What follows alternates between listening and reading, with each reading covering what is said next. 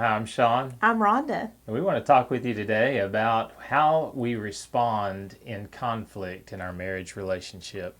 So, there's a lot of things based on our history, our family of origin experience, other relationships that impact whether we can engage positively or negatively to conflict. So, we're either going to withdraw, confront, and almost attack, or be peaceable in it. Right. What does that look like for you? Maybe think about what have your past responses been. Let's look at that and break it down. Yeah. So if you have a tendency to be kind of that escape artist when it comes to conflict, you run from it.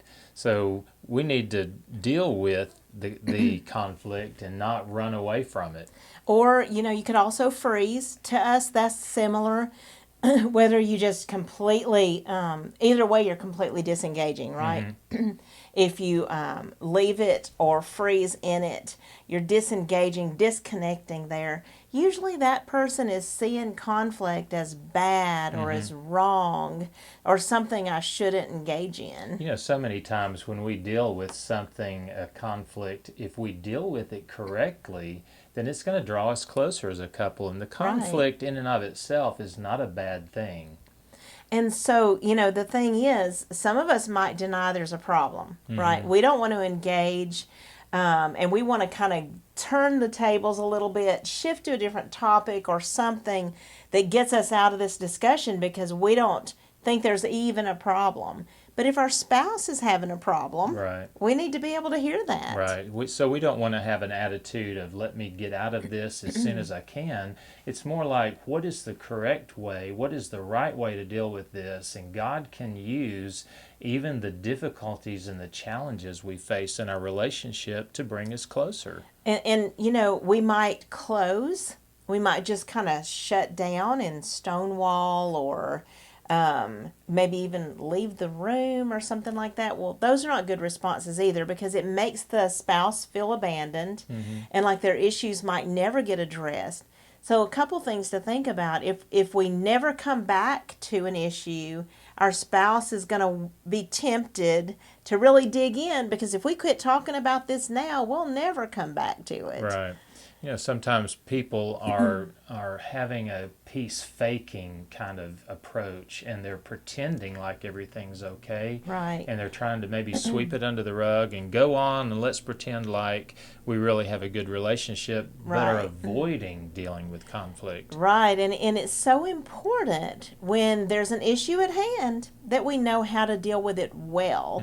So if you are the peace faker, if you're the one that withdraws, it's likely your spouse may be aggressive, and that's part of the reason, or that you're not assertive enough. Right. And so it's important to be able to say what we think or feel in a way that doesn't push the spouse away from us and create distance and connect with. If the spouse is aggressive, could you say a connecting remark like, wow, I can see this really matters to you. Right.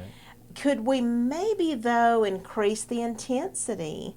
Or could we slow it down so that I can engage? That's right. You know, sometimes people are just being concerned about the appearance of things and the way it Right. looks. And so we need to get to the core of the matter and really deal with the conflict that's there. And so if you find yourself as the peace faker, the one who's pretending everything's okay just so we can have peace in the house, consider you might need to call a timeout. You might need to alert your spouse to the fact that this is not okay with me. I'm feeling overwhelmed. I'm beginning to withdraw and close. Can we take a time out? Know how to set boundaries. We have some information about setting boundaries and how to implement the boundaries. So it may be that the escaper doesn't know how to draw a line around that and Yeah. contain it and tends to withdraw and escape because it feels out of control. I think the other spouse of the person that's typically running from conflict can help draw them out and help Yes. increase their confidence in dealing with conflict. So if you see that your spouse is escaping or withdrawing and disconnecting, you might first tone it way down. limit the words and expression of emotion. Right. Maybe ask some questions. Well- I feel like you're withdrawing. Yeah, what would make you feel more comfortable in dealing with our conflict? Can I create a more safe environment, a safer Right. environment for you? Right. So there's ways to interact when we see this happening. We're either the spouse doing it or we see our spouse doing it. And what can we do to put each other kind of more on level ground, being the peacemaker? But that takes two. Yeah. It takes both creating a safe environment and realizing it's important to talk these things through, so I kind of need to push myself forward if I'm the one that's more non-confrontational.